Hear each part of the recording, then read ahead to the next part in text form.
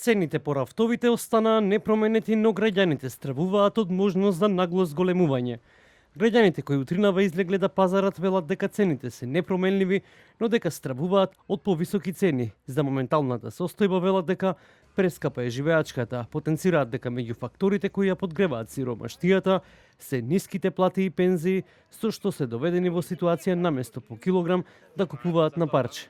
Искрено да ви кажам, мене ми се цените исти како пред месец-два и не водам сметка.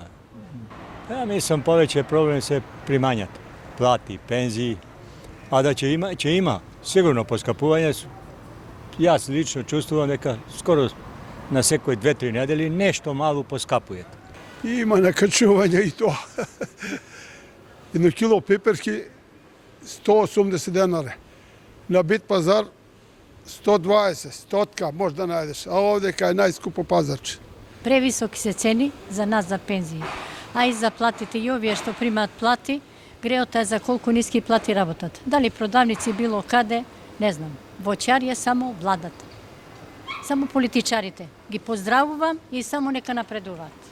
Доколку по завршување на мерката со која беа ограничени маржите и цените на дел од основните прехранбени производи и средства за хигиена, има девијантно однесување од страна на маркетите или енормно зголемување на цените на производите, ќе бидат воведени поригорозни мерки, велат од Министерство за економија и труд.